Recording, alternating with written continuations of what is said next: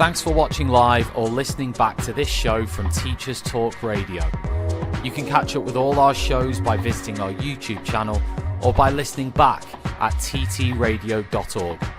Don't forget to like and subscribe to enjoy more live education conversation from TTR. We hope you enjoy this show.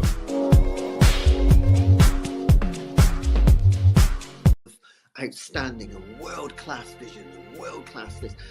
I'm a real leadership geek, honestly. I've spent my whole career reading books and chatting to people. I just find the whole thing and the announcement, the way it's been announced, bizarre. If you could move away from a model where teachers are so intensely focused.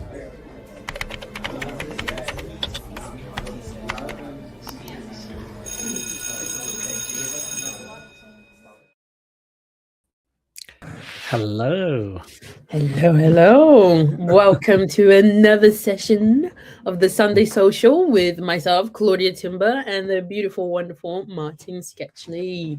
And today we are talking about how to use technology with our students, plus a myriad of other things. Wherever the conversation leads us is where we're going, right? Yep, absolutely. And we always start one place and then we end up totally different place, but it's a great journey nonetheless. Of course. And if anyone has any questions or they want to pick our brains about teaching, technology, or anything else, feel free to comment away and ask us. Sure. Yeah. Yes, we love all questions and comments. So interact with us. Yeah. But, well, I hope everyone has had a marvelous week. And here in Korea, it's a special day, isn't it? The 1st of March. Yeah, it is. I can't remember. Is it Independence Day? Independence Day or Liberation Day? I think maybe Liberation Day. Because all the flags are up. They all are. My neighbors have their flags up.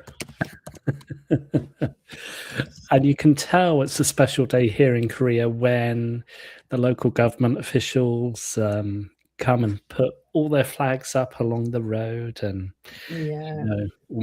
something important's happening. Yeah, but a nice bonus is that we get Monday off, which is lovely. And it's a nice bank holiday for us. It really is. I always appreciate it. Yeah. Well, so let's just dive in then. In terms of technology and teaching and getting our students involved with technology, what do you do yourself, Claudia, when it comes down to tech? So I used to teach at an after-school class, and controversially, I had the TV on. YouTube was my best friend, co-teaching assistant, golden star.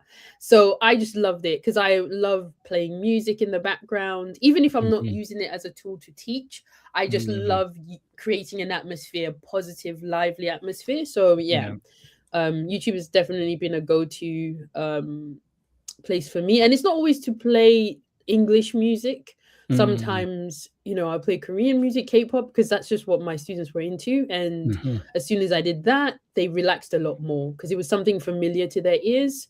And it was a great bargaining chip because when I first came to Korea, they did not make it easy for me.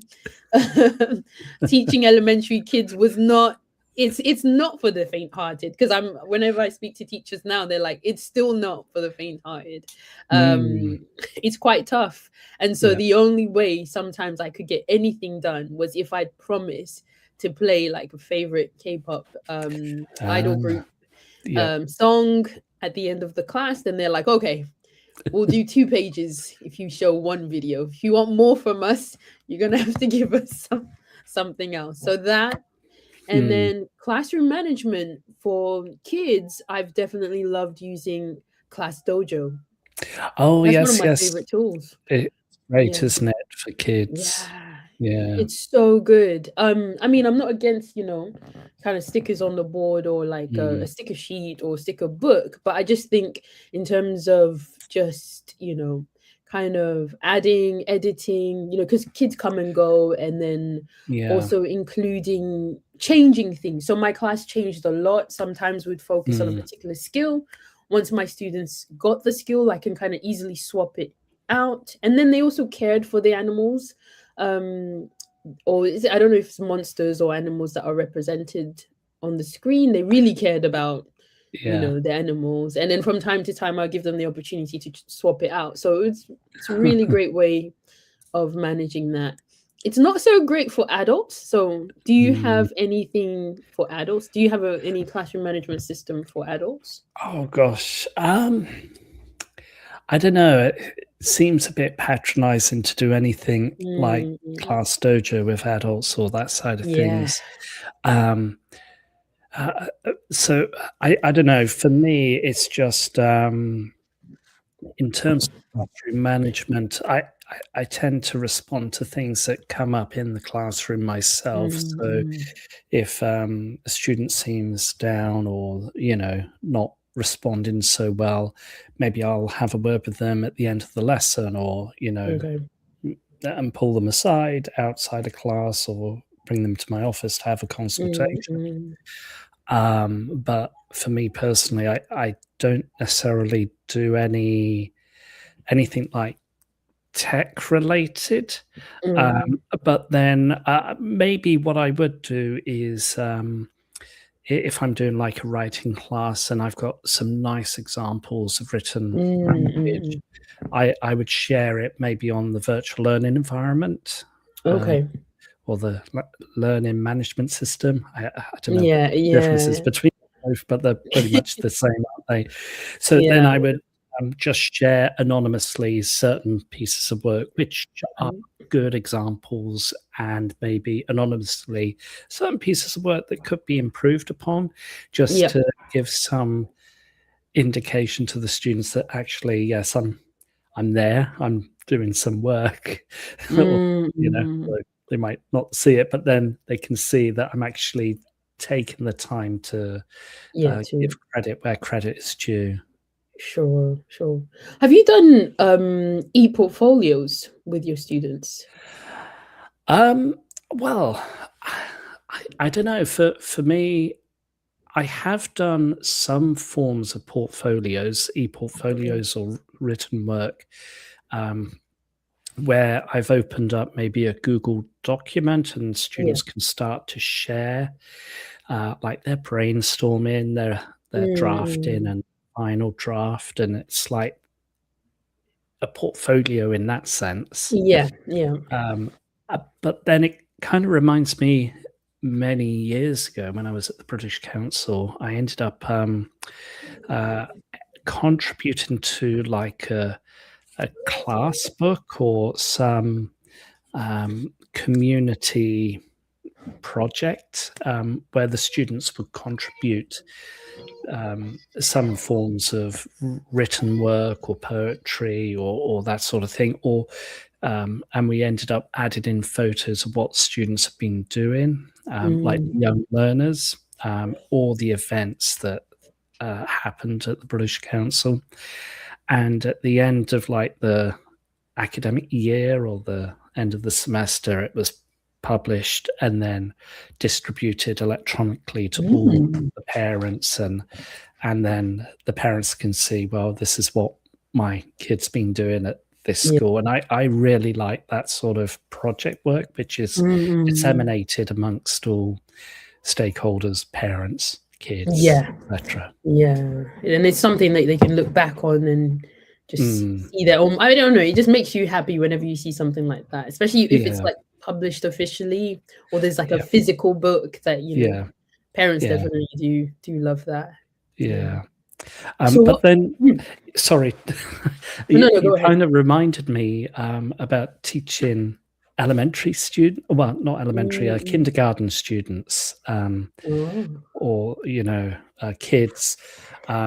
Again, this was at the British Council when I was working in Romania, and they used a lot of like songs and music with the kids, like you mentioned with YouTube. And one thing that everybody tended to use with the kids particularly were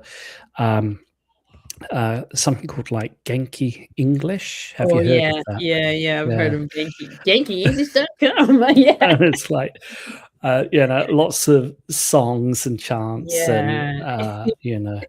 and it they seemed to follow themes. So if it was like Halloween Yeah. day, there was like Halloween songs and vocabulary and games and all that, and it kind of really engaged the kids that I was teaching. Yeah, definitely. I have beef with a lot of the ESL channels because they make, for me personally, I think if you're going to make songs, even if it's for, learning English, make them good, make them musically sound. Sometimes it just feels like they're stringing a whole sentence with just some music that somebody has slapped on the music later on and been like, all right, that's it, here's a song. And I'm like, I'm always like asking the pre-service teachers that I work with, do you not hear that song is actually just a terrible song? And they're like, no, no idea. I'm like, come on, we've got to teach quality, let's teach our students to enjoy good music, not just, the screeching high-pitched songs. Yeah. So I do get finicky when it comes to but Genki's not bad. I don't have beef with Genki. There's some other channels, but I'll bite my tongue on it. Well, one thing that I tend to do with my adult learners is, again, I use music and YouTube to source some music, particularly during activities. So if students are doing some written work, I say, right, by the end of this song, we'll finish and you can stop. So then I would just play the music, and then students try and finish as quickly as possible, and then the song finishes, and then the activity is done. Or one thing that I've tended to do is reduce the volume if you want the learners to give you some, or you need some attention from the learners, because you've got the music going on, and they'll notice a change once that music dies out. Yes. So that is a really good way also to transition as well. Yeah. If for my adult students, so I was going to go back, I do use e-portfolios for them to kind of collect a body of work that they've done throughout the semester. So I get them to, any pieces of writing, or instead of submitting, maybe if I get them to do like a 1-minute video on something, instead of submitting it to the kind of class or the school system, they post it on their portfolio first, and then they submit the link, because I want them to kind of, even beyond our class, to have a record of things that they did in our class in the future. And sometimes they might be able to go back to it, and if they need to maybe write in the CV, I don't know, if they need to comment on anything that they've worked on, any cool projects, it's just a place like I always explain it as a personal diary of things that you've just done during your time at university. So even beyond my class, I still hope that they will continue to write and continue to post things that they're interested in.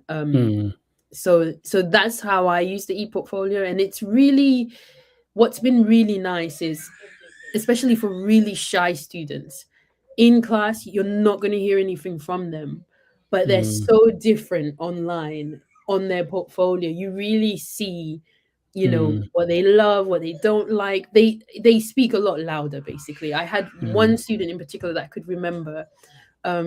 She was really into cooking. So the first page, the home page, is always tell me about yourself. That's always the first task. It's just make the portfolio, however you want to make it.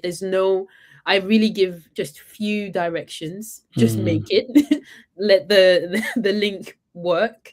And you can use, Google website, or you can use Wix, or some people use Naver blog. So there's so many platforms that you can create your portfolio on, but just tell me about you. Who are you as a person? And That's I give like basic questions, such as what you're interested in, your achievements so far. But she made her page all about her home cooking. and she was, That's nice. saying about the stuff that she's been baking recently, recipes she's tried. Mm, And I was so impressed because, she may have used ChatGPT to write a few of the paragraphs, but still, it was her input. It was her mm, choosing what information I was able to see. And then it also, normally, it's only me and the student who have the link, unless I mm, ask to share it with other people, so they can be as open as they want to as well. yeah. So it's a really, really nice way to just get them to open up a little bit more, Mm, in a way that they wouldn't do so much in class. mm, mm. So That's interesting, isn't it? Yeah. So maybe developing, well, not really a class blog, but student directed yeah, blogs, yeah, or their own journal, their own yes, yeah. platform to share what they're doing. And Every now and then I do ask to share because I still think we can learn from each other. But it's usually things that, number one, I'm like, you don't have to share personal stuff. There's no pressure. And there's this really good technique that I learned from someone in CoTESOL, actually, which was like, sometimes you don't need to say anything. You just show your screen and let the other person absorb the information without over explaining. yeah. So that could be a way to, especially if you have really shy students who don't want to speak, that it could just be, just turn your screen or your phone or whichever device you have, share your e-portfolio with your friend for, I don't know, 1 or 2 minutes, and then take it back. You don't even have to speak about anything, and then you move on to the next task. That's really interesting. Yeah. Wow, you're giving me so many ideas for the start of the semester, because here in Korea we're starting the spring semester In very March, soon. Tuesday is the beginning. I don't know if Wow. I'm mentally ready. I know Yeah. what I'm going to do, but just mentally getting into gear after such a long break is always It's a challenge. Well, maybe if we go back a few steps, when we introduce technology to the students, there's a couple of things that we need to consider, like the rules, the environment, and that side of things. What do you think is most important when you're introducing the technology to students?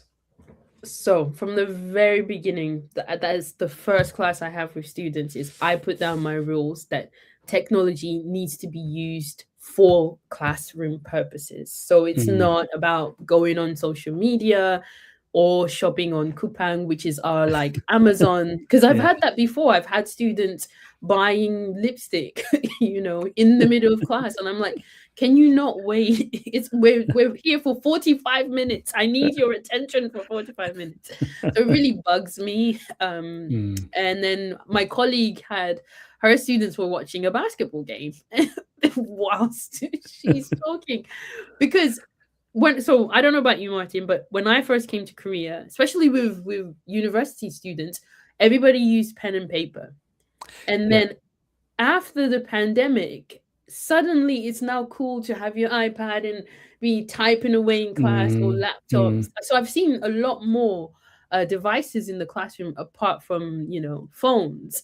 And so I've had to be like really strictly, I will definitely, kind of bring in some consequences if you constantly break the rules, because it's really hard for me in a classroom with about 29 pupils. How do I know who's, if you are using the dictionary to check a word, or if you're shopping? So I'm like, there are times when we can use technology and it's for purposes for class, but other times I want you to have eyes on me, because most of my classes are conversation based. So we really shouldn't be on our phones unless we really need to.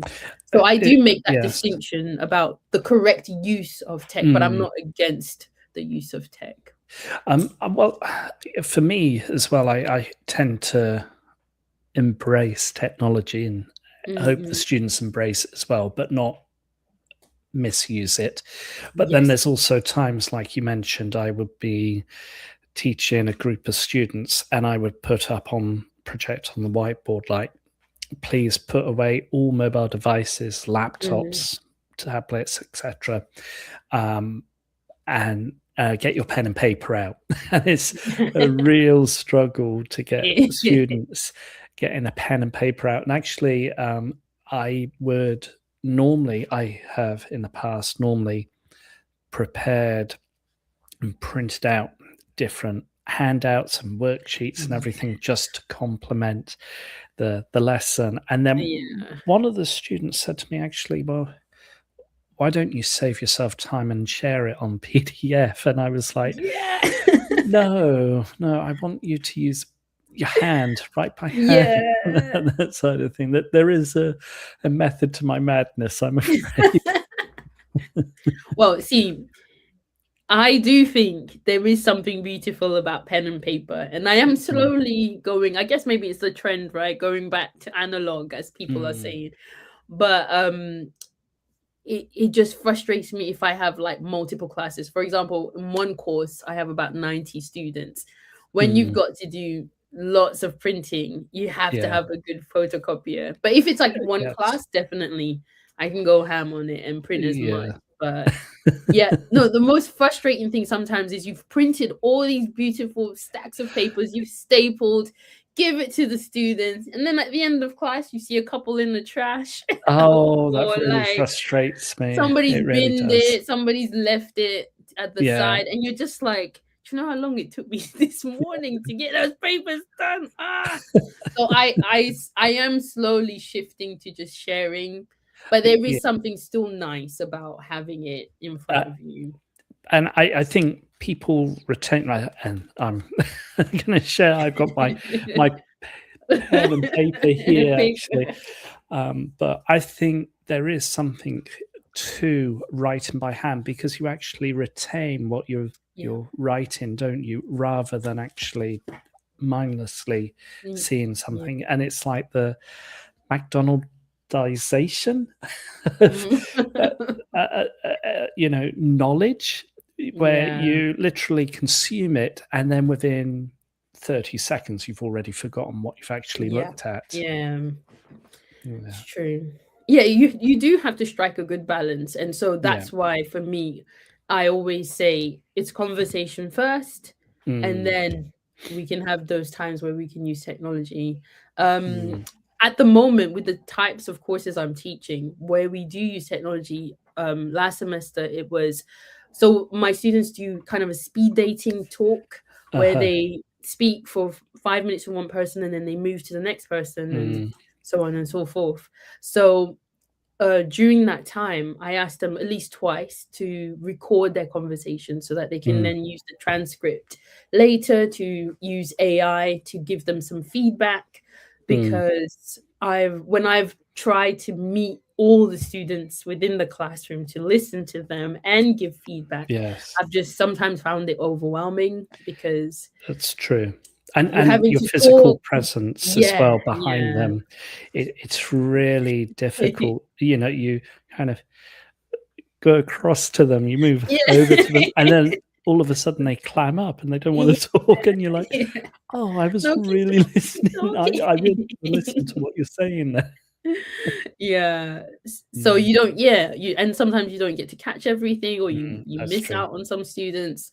So I found that to be really helpful, just twice in the lesson. So we record our conversation at the beginning with the first partner, and then we record the last conversation with the last partner, because we're kind of repeating the same questions. So the theory is, by the end of the lesson, you've spoken about this a few times, so you should be a lot better with, in terms of using the vocabulary, in terms of, I don't know, even just responding to your partner, because I find that part of my students' issues are engaging in the actual conversation as a human being rather than a robot. A lot of them just tend to be like, okay, next question. And it's like, no, you've got to, did they say something interesting? Interaction, come on. Say something. Like, I had this guy, really butch rugby player type, guy in the class. Asked him what his favorite movie was, and he said something like, it was like a really romantic comedy. Nothing that I expected anyways. And obviously very stereotypical of me to kind of judge him like that. But really, the way he looked and spoke and the type of movie he chose, we were all of us, because it was after the class, I had asked everybody, like just I picked out a few students to answer. And I was expecting like action movie. And then he was like, no. And then I was like, well, why do you like this romantic movie? And he's like, I don't know, I just love love stories. And I was like, oh my gosh, I was It's blown completely away. at odds. Yeah.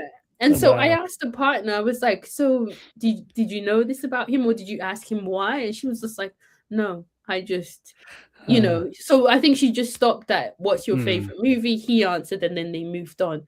And so I was like, well, if someone says something interesting, dig further, ask Of a few course. more follow-up questions. Yeah. So that's something that if you're using the transcript and they haven't done enough of that, you can ask them to specifically in their prompts ask AI to, you know, say, you know, did I use what's it called? Did I ask follow-up questions? Did I respond to, you know, things like that? You can kind of guide them to tailor their prompt in that way. That's a really good use of using, I suppose, AI in this day and age in terms of reviewing and providing feedback. And I suppose it's this continuation. It's like the more the students get involved and engage with what they're doing with AI, and AI can provide relatively quick feedback. You can then move on to the next prompt or the next activity, and the students can say, okay, well, compared to my previous task, and how was my follow-up questions, etc., and I suppose that continuation, that progress, that reflection as well can be reviewed and recognized. Because recently with my one-on-one student, we've been using transcripts and kind of seeing where her weaknesses are and how we can improve. And one thing that I learned pretty quickly by doing this kind of like transcript to AI was that she understands the rules. So it's not a thing of like repeating the rules again and again until she gets them. She gets the rules, but she's just not retrieving it as fast as, you know, when we're having the conversation. And when we talked about why do you feel like you're making these mistakes constantly? It's like mistakes with like articles a and the and past tense consistency.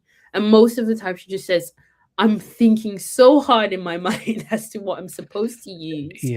And then it just doesn't feel natural. So it's not just coming to mind as quickly. So we've now shifted from making her understand the rules to, okay, how can we make this more automatic? How can we make it come to mind much quicker?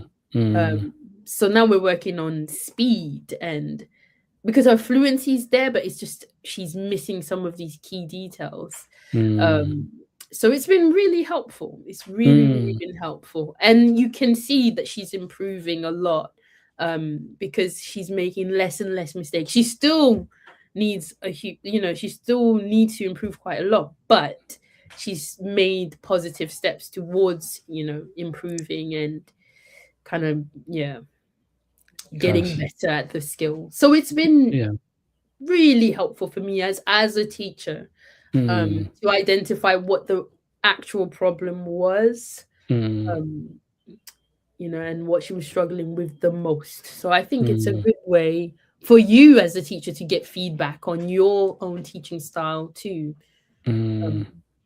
If you're able to swallow it's a bit of direct criticisms that come with AI. There's no sugarcoating anything. It would just tell you plainly as it is. But I think that's you know, the opportunities there in terms of AI, but if you engage with it critically, rather than just accepting it, then it can actually benefit you, and it can benefit the students. But again, there has to be a balance, I suppose, when it comes down to AI and that side of things. What about vocabulary then? Traditionally, if we go back maybe 5 years, maybe even before that, language wikis were like really big. The Wikipedia Mm, for yeah. language and vocabulary and that side of things. But these days, it doesn't seem so common. But with the use of AI and dictionaries, online dictionaries, how do you record or get students to record their own vocabulary? Is it like pen and paper, back to basics again, or is it, Honestly. get them to make a note electronically of the vocabulary? Well, See, I've tried to use tech for vocab, but honestly, pen and paper. It's pen and paper and just using it in actual conversations that yes. I think have made the biggest difference. I know that there's those, Anki, was it flashcards, the one that you Oh, can yes, kind of yes, go yes. through. I suggest them, but I don't necessarily make them a requirement. I'm like, you can use. So I always give my students suggestions of what can improve, what they can use to improve their own English if they're really interested. Like I'm like, if you're really into this and you want some extra help, here are some helpful suggestions that I Yeah. would recommend because they work or I've used them or heard about them. But specifically for vocabulary, probably I use Younglish. Have you ever heard of that? No, I haven't. It's like YouTube, but mostly for Younglish. pronunciation. But when I what's it called? When I introduce a new word, I usually show it on Younglish. So how it can sound in a sentence. Right. Also, it has different accents as well, so you can hear it, Yeah. from a Scottish speaker, American, Irish, Australian. Yeah, so it just has a variety of accents, and you can see the word in a sentence. So it's Yeah. like a great way for them to kind of not just see the word in isolation, but within context as well. So I found this website to be really helpful. Yeah, one thing that I do when it comes down to new vocabulary or introducing vocabulary to students, whether it's in class or online, is if you go to Google, for example, you can then type in define and then whatever the word or phrase is that you want a definition on. So, for example, define transportation, and then it will give you that word and the meaning and then the pronunciation and how to pronounce it and that side of things and what it is like in context within the within a sentence. And I found that really beneficial. And then I've told my students, if you want to get a definition rather than translating it automatically, type in define and then whatever the word is, and then it will give you everything that you need to know. And try and rather than automatically translating it, try and guess what the translation is. Yeah. And then if you're correct in terms of the translation, then there's less dependence on automatically translating it. You know what it means. You just need to be more confident in your own skills. So that's what I try and that's pretty explain good. to Usually my I would tell them students. to go to dictionary.com, but that's much easier just to go in Google and press define And that side of things. And that's all I recommend to my students. But then again, I say technology is great, but then there's got to be a balance. And then I share, flashcards, and I say, well, I've got my own flashcards, for example, with my Korean. And it's like, this helps me more. And then I try and write the sentence. I'm probably wrong, but then but it's really good, right? Writing it out, like you said. Yeah, it kind of hits home. It's a lot easier. Definitely. But Anyway, right. Well, let's have a look at maybe reading, because a lot of content online is related to reading and that side of things. There's news articles and etc. What's your take in terms of exposing reading for students?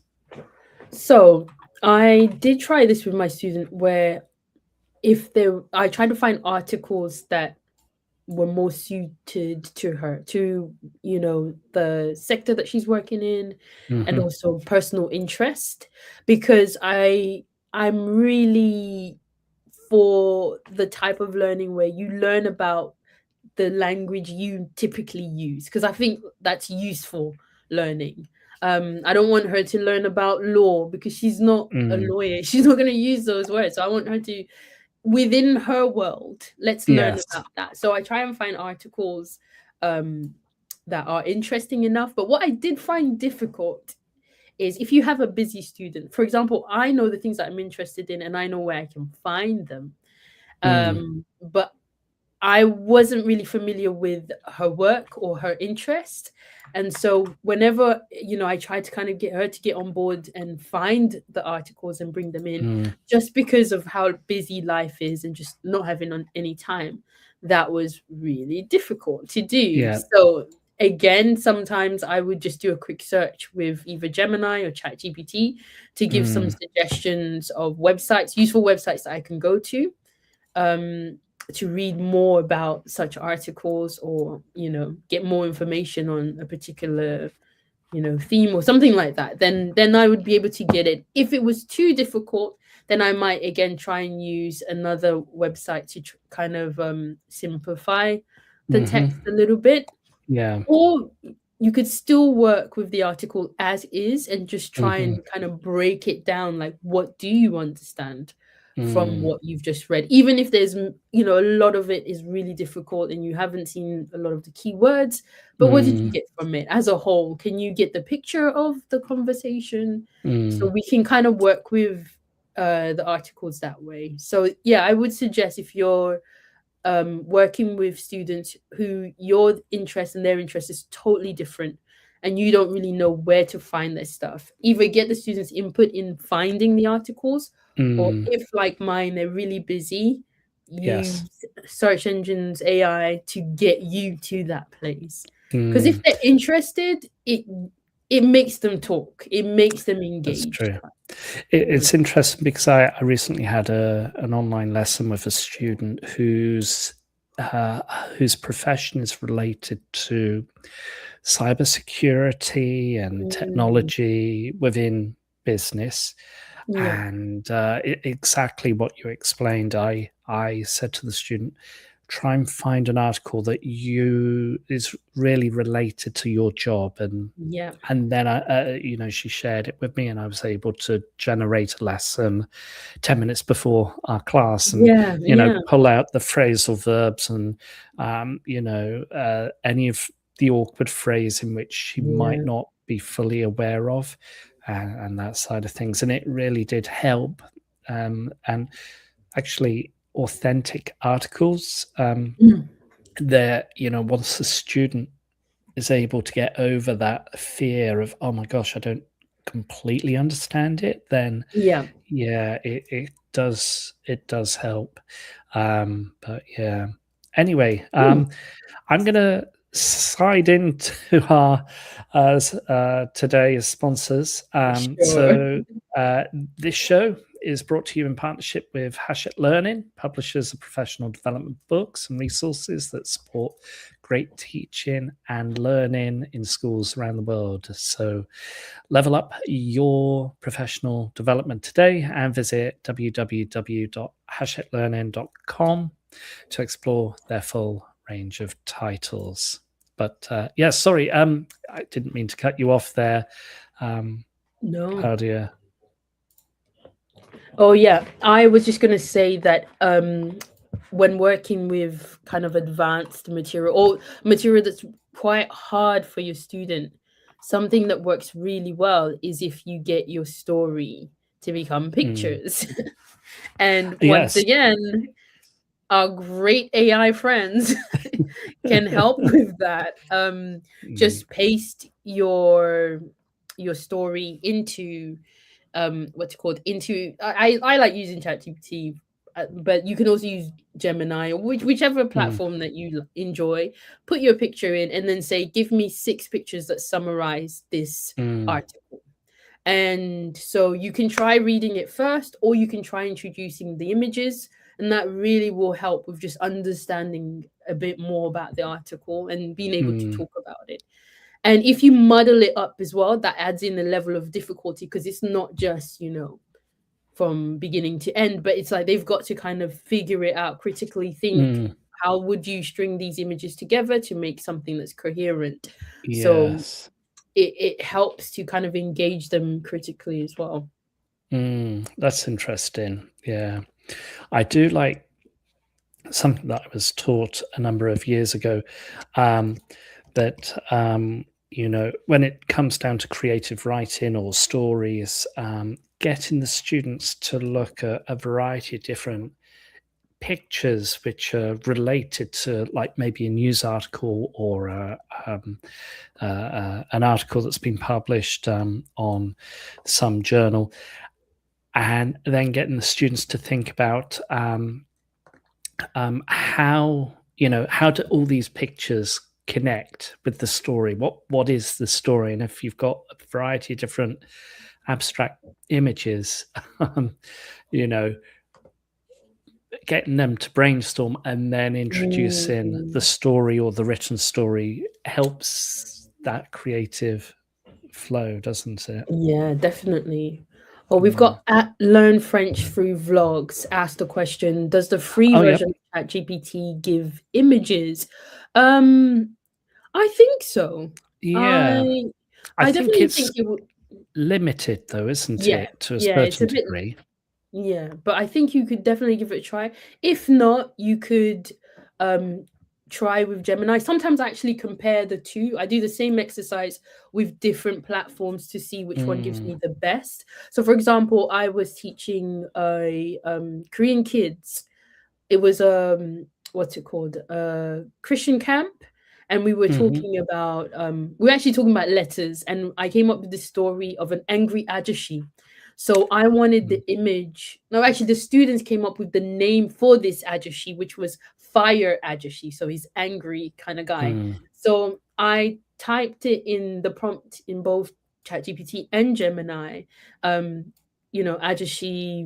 This is his name, Fire Ajashi, grumpy, middle-aged guy. And I think I just gave like generic information, and Gemini gave me a pretty good picture of this Korean ajashi. And honestly, it looked like somebody you would see down the street. I'm like, this is really good. And so when I showed it to the kids in the next lesson, they were like, oh, it's Fire Ajashi. Like immediately they spoke up. So definitely try a couple of platforms to see which one gets you the closest. I know for like basic images and kids stories, GPT worked perfectly. It was super clear. It was even better than some of the images that you might be able to get on like the free sites like Pixabay or Pixabay. So yeah. Oh, cool. Yeah, sure. Well, I'm going to sidle into next sponsorship. So Teachers Talk Connect is back, our annual CPD and networking extravaganza. Join the TTR team on Saturday the 14th of March in Manchester. Tickets are free. So what are you waiting for? Head over to ttradio.org /connect 2026.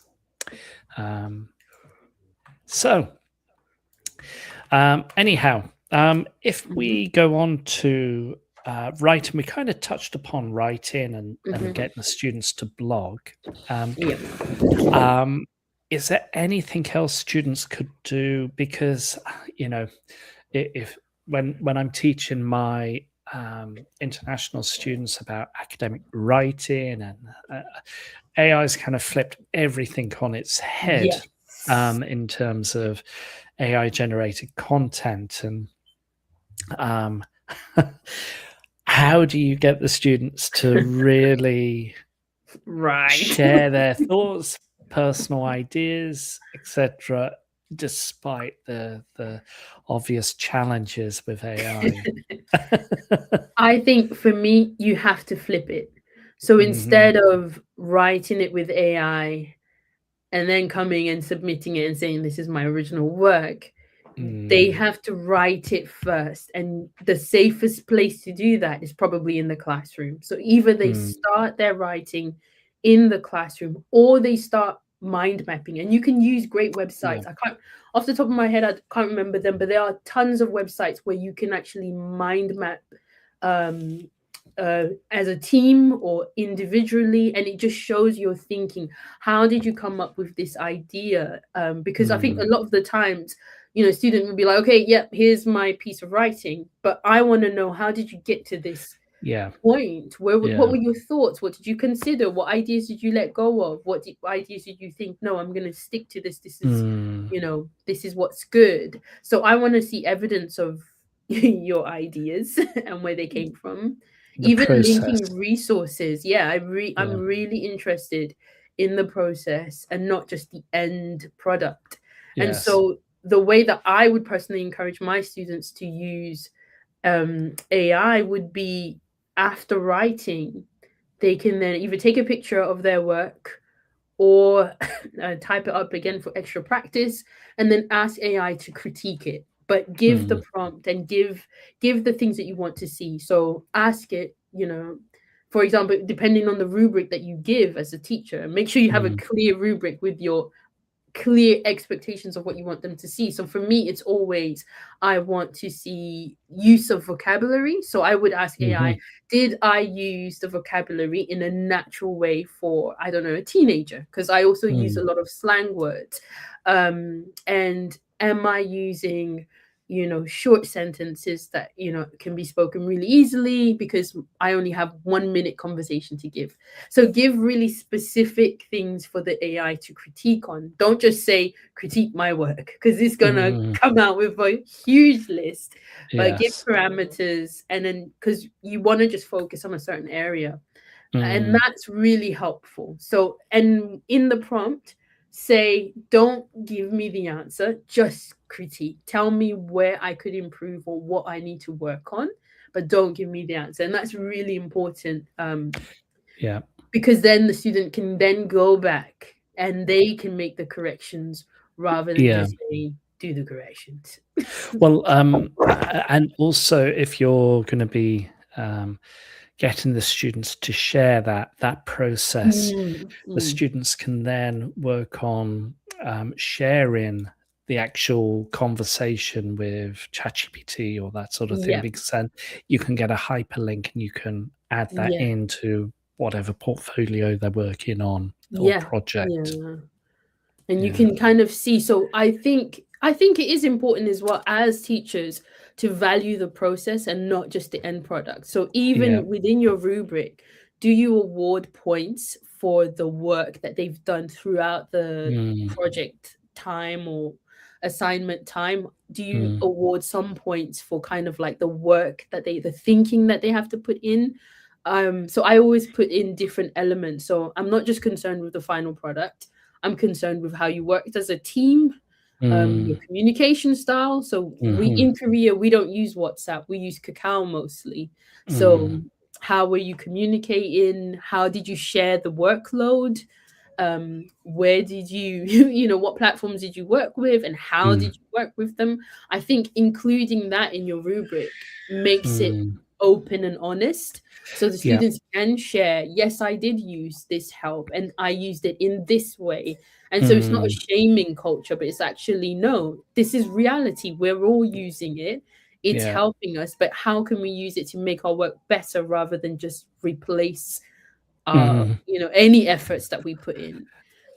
I think for me, sorry, carry on. No, I was going to say something really funny is, so before I kind of got a handle on this whole issue, I'd have students who've written really nice pieces in English. And I'm like, wow, you write really well. And then when it comes to actually sharing the piece, because usually I work with scripts and then they've got to then present their scripts. And then they wouldn't be able to pronounce half of the words that they've written. And so I'm starting to ask the question, well, did you write this or did someone else write this for you? And then you've got to be able to write something that you can say in your own words, that you can pronounce. You're not even pronouncing this right. And it's not a vocabulary word from our course. This is and you I get really annoyed with that. Well, I think it's always been the case, hasn't it? But regardless of what iteration we're on, whether it's AI or automatic translation or that side of things. And I remember teaching probably about 10 years ago an IELTS class filled with, and it was predominantly Chinese students who were going to go and study at a UK university, but they were doing an intensive IELTS course with me, maybe a group of 10 or 15 of them in the class. And I would give them some sort of writing task for them to complete. And there was one that was just written perfectly. And and it was all handwritten as well. And I was thinking, this is really good. But it kind of set off a radar for me. And, I typed out the first sentence into Google and then, boom, I found the actual digital article. And then I thought, okay, how can I get the student to learn from that mistake of just plagiarizing the actual writing? And I just printed out the electronic article, stapled it to their written article, and I handed it back to them. And I said, look, I'm looking for your own writing. I'm not, I don't want you to spend time copying out something that's been that's available online. Show me your own work. I can only give you help if you actually do the work yourself. Otherwise, we're not there to try and score points on how to avoid the writing. Definitely. I think also journaling is something that's quite nice. So I think for writing, it's really important that you form habits of writing constantly, so that you have a body of work from the students in class, because then they're not going to read, they're going to maybe use a dictionary, but they're not going to be using, it's really difficult to like copy from your phone, because you're going to see if they're doing that. So I do as like a kind of transition activity, just I put some coffee shop style music in the background, lo-fi maybe. And for 5 minutes, you write as much as you can about anything that's on your mind. And I always say, I don't care about spelling. I don't care about grammar. I care about ideas. So just try as much as possible to just write as much as you can. And then with that work, we can then take it, write it on the computer, spell check it, and do the other stuff. But I just want you to write. And so if you do this every day, every time you meet, it's they're gonna get used to it. It's gonna be difficult at the beginning, but I'm sure by the end of the semester they're gonna be so used to doing this, and it's not gonna be difficult. And it's gonna help them, the ideas, to come out a lot quicker. It's interesting because last semester, the last couple of semesters, maybe year and a half ago, I suppose I went through a process myself where it was, okay, AI is being, released to the general public, and then there was so much work that was AI generated. Everything seemed the same and everything else like that. And I was like, right, that's it. And no AI, more. no more AI, just in class writing. And I got to the point last semester where I had sit down in class exams, proctored, just pen and paper, and I would give a news article to the students, and I said, okay, and for every week we met, we would practice this type of writing. And it's like, I'm not interested in your spelling, like you said, spelling. Yes, I'm not spelling, interested in the grammar. All I'm interested in is your own personal ideas in response to an article that's related to that topic. And by the end of the semester, where they have to write and respond to a news article, they've done it so many times that it just feels natural. But the one thing that I kind of I didn't achieve was actually the next stage of, okay, how can you use technology with your writing? And that's hopefully the process I'm going towards, where the students can show that they've engaged critically with AI, where it can give them some immediate feedback to their handwritten work, and then they can share what they're going to do next time and reflect on that process.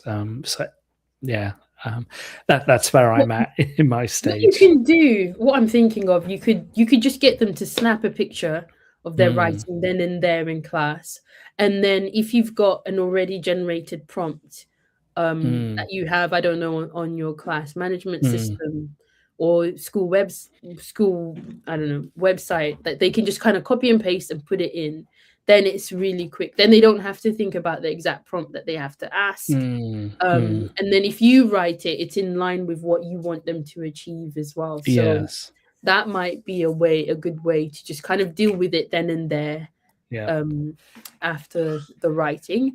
And one thing that I do also want the students, I don't want this, because some of them, their writings are so bad that if they do put it up in AI and say, critique my writing, they're going to get a huge wake-up call that might knock their confidence a little bit too much. So when I do the prompts, I do limit maybe the, like, give me 2 error corrections related to, I don't know, vocabulary. Give me 2 error prompts related to my grammar. Give me 2. So it's like limiting the amount of like negative information that they're going to get, so that it allows them to process it a bit better. And I always try and make it about what we're actually learning, because I feel like that's fairer. If you just say critique is such a big word. It is, it's really hard to process, because even as a language learner myself in Korea, like if somebody going, huh? Like, I've had a taxi ajushi, and I've been like, home plus kajuseyo, which is like, please take me to home plus. And home plus is Tesco's for those of you who are in England. And he's just been like, huh? And I'm like, and that first huh knocked my confidence. So the next time I spoke a little bit quieter. I was like, home plus, like with feeling not sure. And so we really do have to be careful. We have to guide them and show them how it can be used to help them, but they've got to also give good instructions to get there. And so I think that's a skill in itself, being able to direct the AI to help you. You have to know how to do that, and you're doing it in a different language. Most of the time my students, when they're doing English work, they're also asking the instructions in English. Some use Korean, but most use English. So it's an interesting point, because recently for the winter camp that I taught a couple of months back, one of the projects that the students had to do was plan a trip to the UK. Apologies to our friends over the pond, but I decided for the UK. And what they would initially do would they would be asking, they wouldn't go to Google to plan it. They would go to ChatGPT, and they would be planning it through ChatGPT. But then when I looked at what language settings they had, it was in Korean. And I said, change it to English. Ask it in English. In English, Ask it to respond in English, so that you're then having that interaction with AI, but it's not responding to you in your first language. It's responding to you in your second language. Yeah. And then, I could see that these students, and I said, it doesn't matter whether you write correctly or not. It will know what you're asking Yeah. based on Yeah.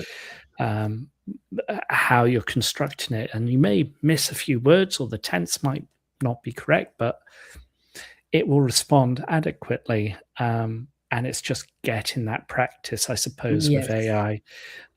Don't interact with it in your first language. Try and Yeah. interact with it in your Yeah. second language. Definitely. So yeah, I do think it's about sharing, and also it's Mm. about getting the students to share what platforms they're using or what tech Yes. they use. I think having moments where they share with you might be really interesting. You might not even know, because I think I've come across so many game sites or just yeah. other cool places that I didn't know about, and the students would be like, Mm. "Oh, yeah, this is available and it does this and it's actually better Mm. than what you're using right now." And I'm like, thank Yeah. you. They're really tech savvy. Even the Mm. youngest ones. I've worked with like really young kids, and I was just blown away by how much they know, how good they are with, Yeah.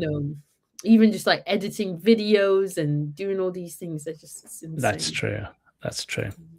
Anyway, well, I'm just going to move over to our sponsor for today, AQA. Those teachers are the real experts in the classroom.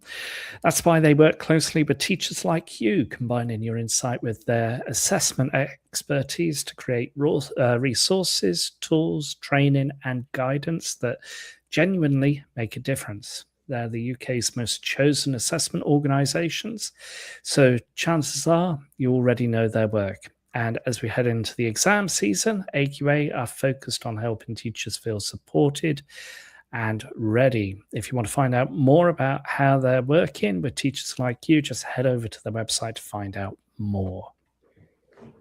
Yeah. Okay. Well, how about pronunciation? And technology use of pronunciation. I don't know about you, but for me, it's what I find very helpful these days is if I go on to, like, for example, Korean dictionary, like Naver Dictionary, it has the pronunciation and how to pronounce it correctly, which kind of helps. But one thing that's kind of lacking is the sort of mouth movements. And one thing I've noticed in terms of like the Google dictionary is it has sort of a animation of how to pronounce it with your mouth movements and that side of things, which is really helpful. It is really helpful. What are your thoughts in terms of pronunciation and technology itself? So the previous website that I said, English. I never know how to pronounce it exactly, but that one's really good. And then there's one that I used to use a couple of years ago. It had 3D mouth model that you could hear the sounds and see the mouth and practice tongue twisters. That was really good, especially as a teacher who was not used to teaching pronunciation, didn't know all the technical terms. Yes. I really valued that website. If I can remember the name, I will share it. But that was one of like my go-tos. Especially in Korea when the students didn't, really know. Sometimes like the sounds are a bit, muddled up, like R and L. They can't really see the difference. It was really helpful being able to see actually how the mouth moves for those sounds, or where my, what are my lips doing? What's my tongue doing? All of that stuff. It's really helpful. That's good.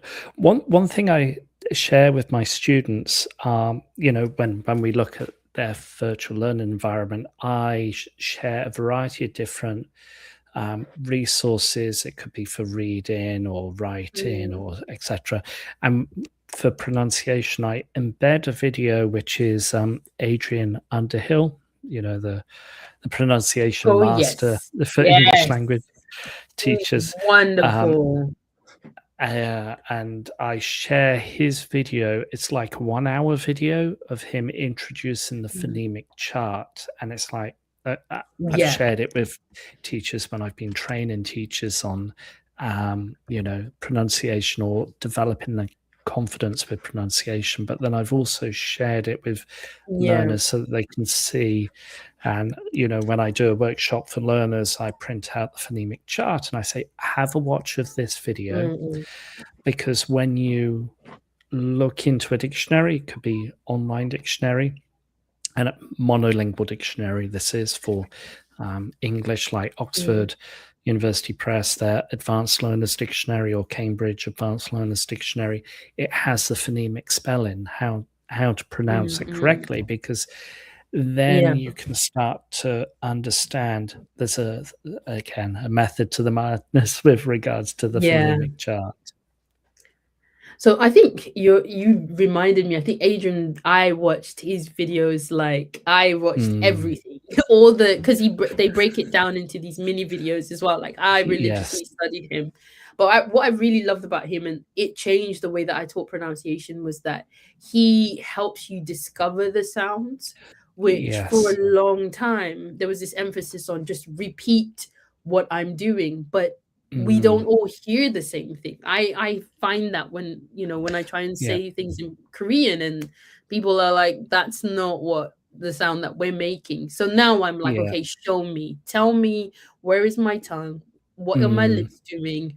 Is this voiced or voiceless? Like, give me those kind of physical traits of the sound so I can get there myself. So that made a huge difference. In the way that I taught it as well. And in showing the videos. I also went through a season where, I was like super fan. I was like, you're so great. Where were you when I started this out? Well, I remember back in 2005 when I first started my teaching career, and I always was hesitant on teaching pronunciation. I just really couldn't. I dreaded it because I was like, I can't remember the symbols for the life of me. Exactly. And even going to study my MA, I tried to incorporate it into my teaching, my advanced practical teaching component. And I messed it up. I just said, I can't remember these. It's like hieroglyphics, and I just can't remember. And I just felt I've lacked so much confidence. Until I thought, right, actually, I'm really going to push this out because I've been teaching for 10 years and I still can't understand the phonemic script. But then that sort of investment paid dividends because now I feel so comfortable incorporating a variety of pronunciation skills. And it's not just the phonemic script. There's like, sentence stress or word stress, the tonics of a sentence, as we call it, or,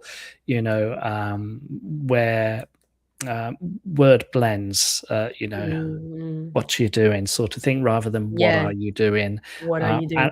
Ooh, that brings me, you just reminded me of a website that I used to use specifically for that, which was Audacity. Have you ever heard of that one? Oh, yes, the free audio recording program.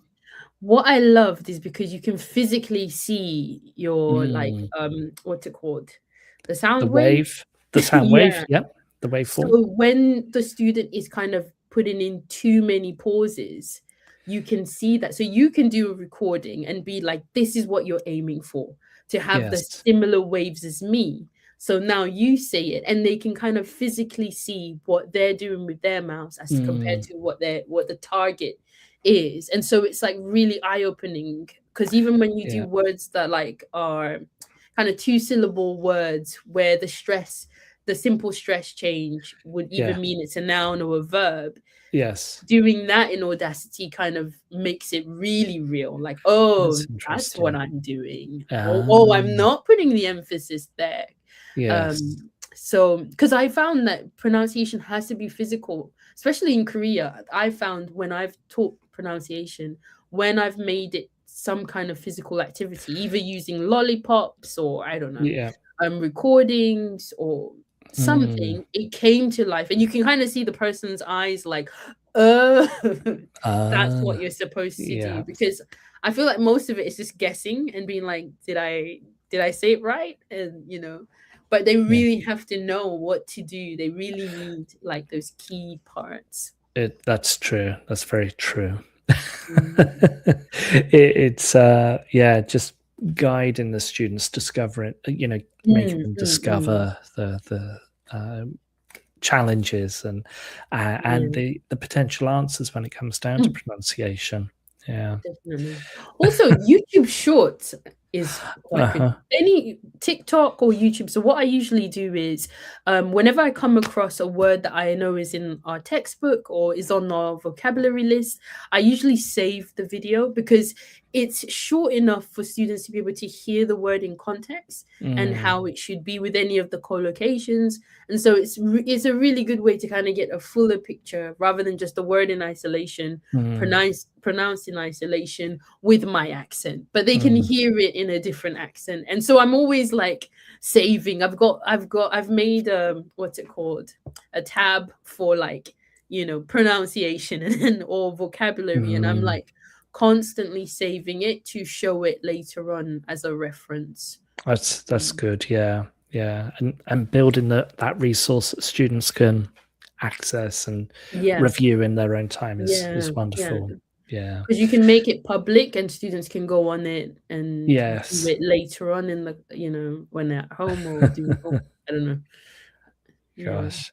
Well, this show is brought to you in partnership with Hachette Learning, publishers of professional development books and resources that support great teaching and learning in schools around the world. Level up your professional development today and visit www.hachetlearning.com to explore their full range of titles.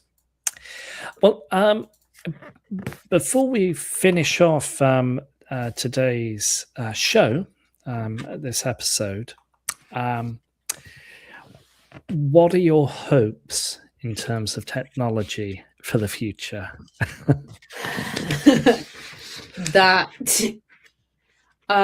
we won't lose authentic creativity. I don't know I don't know how to break it down, as in our own ideas that maybe we use technology to kind of improve slightly or make it better or clearer, but actual ideas that come from students and they're not just generated by the computer and then just presented as their own idea. So really just I hope that even as a teacher that I don't lose the ability to create things authentically and to go through the hardship of like, this is the idea that I want, I'm gonna work on it, I'm gonna and not to go through the temptation of just like, let me bung it into this and then it just spits it out.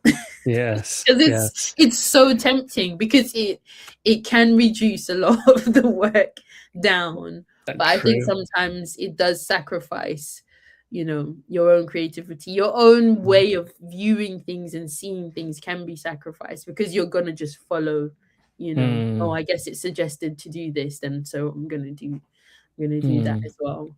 And then on the flip side, I hope to have access to more through school rather than to have to subscribe to everything. For example, I really, really like what's the platform again? Padlet. I love Padlet. It works brilliantly in my classrooms because my students speak through it much more confidently than they do if I say, hey, tell me what you think of this. But it's expensive. It's expensive to subscribe to. And I just don't think, for what I would use it for, I just don't think it's worth the money at the moment. But none of my schools offer any, they don't have subscriptions to it. So at the moment, we don't quite use it. And there's other platforms that I'm like for example, what's the quiz? Like Quizlet or no, not Quizlet. Or Kahoot, yeah. Yeah, Kahoot, also a great platform. Yeah. Always gets really good kind of reaction from students. They love it, But again, if you've got multiple classes with 30ish students, you're gonna have to consider getting the Kahoot Plus.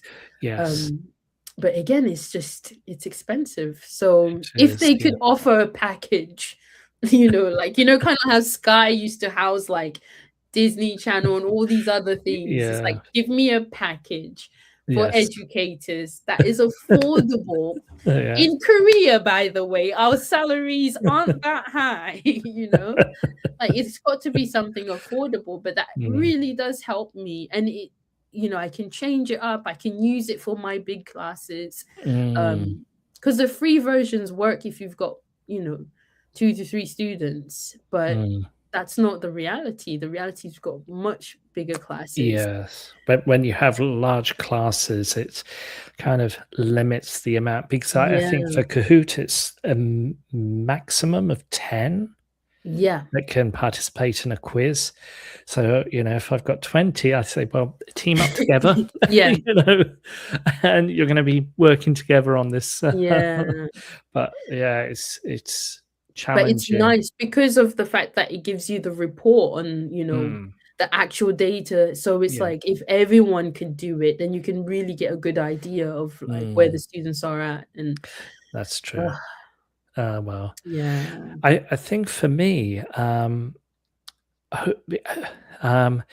I do hope that, I don't know, for my students, they can see the benefit of technology, but they can hopefully see the benefit of not having technology or relying too heavily on technology, which is when I try and tell the students, okay, now's the time to put your mobile devices away and let's focus on the traditional way of how I used to teach. Because I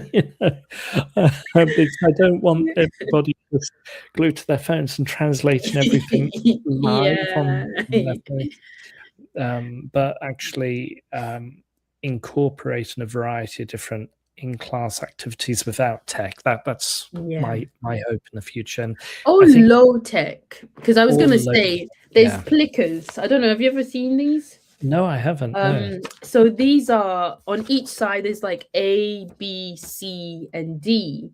So when you ask a question, students can choose. They can hold up the image to reflect the answer, and then you scan it and you get their responses. So it's literally a QR code in their hands, basically. So everybody holds it up. You as a teacher, you just scan the classroom and then you get the answers. I've got no idea how that works. I might find a video and send it to you. It's literally a QR code. Just think of how QR codes work, where you use your phone, you scan it, and then you get the information. So and it tallies up it calculates everybody's answers into A, B, C, D, E, or whatever. Yeah. So it's Kahoot but paper form. I've got it now. Yeah. Okay. Yeah. Well, maybe I've got it. I don't know. I'll send the video, definitely. Plickers. Plickers. Plickers. Okay. I'll have to check that out. Yeah. But yeah. Well, this episode is brought to you with AQA. AQA know teachers are the real experts in the classroom. That's why they work closely with teachers like you, combining your insight with their assessment expertise to create resources, tools, training, and guidance that generally make a difference. They're the UK's most chosen assessment organisation, so chances are you already know their work. And as we head into the exam season, AQA are focused on helping teachers feel supported and ready. If you want to find out more about how they're working with teachers like you, just head over to the website to find out more. Well, we're heading towards the end of our show today. Is there any final comments or questions yourself, Claudia? Is there like a time when you've seen how technology has made a difference in your class, whether it be negative or positive? Well, I suppose so. I'm just thinking back about one thing that I tend to get my students to do for their presentation skills is to do a pecha kucha. And if people don't know what a pecha kucha is, it's like a presentation with 20 slides with just images on them, and the students have to try and tell a story or share an experience or that side of things. And so I tell the students, share your experience, like maybe your first day at the university or your a trip outside of the city where we're at in Daejeon. What did you do? Try and tell a story, and then I give them an example. And some of the students have shared where they went abroad or going back to their hometown. And for them, I got to see a different side to the students, not just in class, but actually what did they do over the summer or what did they do over the winter? And getting to see that side of the students and for them to feel the opportunity to have that space to share with their peers, you could see that they were really happy to have that opportunity, because normally they wouldn't. They'll be like focused, okay, midterm exams, final exams, but it's part of their final exam, so they had a chance to like, well, we're not going to be doing an exam on macroeconomics or international marketing, but we're going to focus on what did you do over the summer break or your recent holiday. And I think for them, they were able to just relax and enjoy and share that experience, and that kind of comes to me, I suppose, in terms of technology and incorporating a slideshow in the classroom. Yeah, that was really well. I was going to say, for me, it's I get inspired a lot by other videos that I see. So Vogue has this "What's in My Bag." I think GQ also does something like that. So that's a really great way to introduce yourself to people. You can either do it live in the class, or you get your students 1-minute video, "What's in my bag," and they just talk casually, get comfortable with sharing about themselves, and it can be really fun to do that. So I'm thinking of doing that as an introduction to myself this semester. And I don't try and I keep some, I put some weird and wonderful things inside so they can see, just my funny side. But I just try and be as open and honest with them as I can. And then I always model what I want them to be able to do later on. And we do a lot of video presentations. So that's a good little intro. Yeah. To start with. I actually, thinking back, there was one last semester, one student, really outgoing, really confident, and he shared his passion for photography and videography. And I was like, he had all the students captivated, and it was really interesting to see, because he never actually shared that with his students before, or the other students rather. It's always surprising how talented students are, and they don't share it until they're given that moment to maybe okay, I can talk about this. I remember I did I used to do these skits where in the middle you have to sing. It's like a musical skit. And so most students sing terribly, but I'm always like, it's a bit of fun.